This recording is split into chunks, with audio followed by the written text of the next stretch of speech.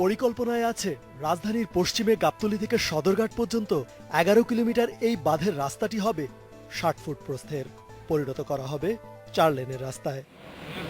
কিন্তু বর্তমান বাস্তবতা হচ্ছে অবৈধ দখলদারদের দৌরাত্মে হারিয়ে যাচ্ছে বাঁধের অস্তিত্ব। রাস্তার দুই পাশ ঘেঁষে যে যেভাবে পেরেছেন দখলে নিয়ে চালিয়ে যাচ্ছেন ব্যবসা বাণিজ্য।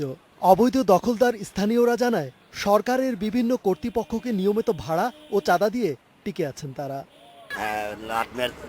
ম্যানেজার আছে, ম্যানেজারে দিতে হয়। কত টাকা দিতে হয় মাসে আর দিতে হয় ২০০০, কারেন্ট বিল দিতে হয় ২০০০, পানি বিল দিতে হয় ২০০০। কি জানি রায় বাজার হয়েছিল, তখন ভাঙ্গা দিছিল, আমরা আবার টাকা দিয়া তারপরে ঠেকাইছি। পরিসংখ্যান অনুযায়ী টং দোকান, ইট খোলা, এমনকি প্রভাবশালীদের নিজে নামে গড়ে তোলা কৃষি বাজারও অবৈধ। তবে বিষয়টি জানতে স্থানীয় আওয়ামী লীগ নেতা সাদেক খানের সাথে যোগাযোগ করা হলে তিনি ক্যামেরার সামনে কথা বলতে রাজি হননি।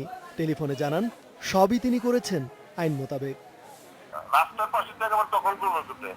রাস্তার পাশে তুই যদি জায়গা জমিন থাকে, রাস্তার উপর দিয়ে যাবে না, রাস্তা ব্যবহার করার জন্যই তো রাস্তা। সবাই মিরপুর থেকে এই পর্যন্ত কেউ এরকম দখলের এখানে কোনো জায়গা নেই, সরকারের কোনো জায়গায় নেই। অভিযোগটা মিথ্যা, তো ঠিক না।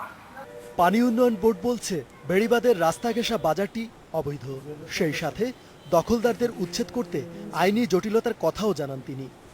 এগুলো সবই আমাদের বাঁধের পাশে এবং সবই এগুলো অবৈধ।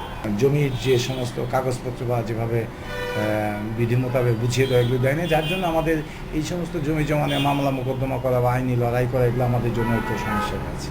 গাবতলী থেকে সদরঘাট পর্যন্ত এই রাস্তাটি পুরান ঢাকা থেকে যাতায়াত সহজ করার জন্য তৈরি করা হলেও অবৈধ দখলদারের কারণে সুফল পাচ্ছে না নগরবাসী।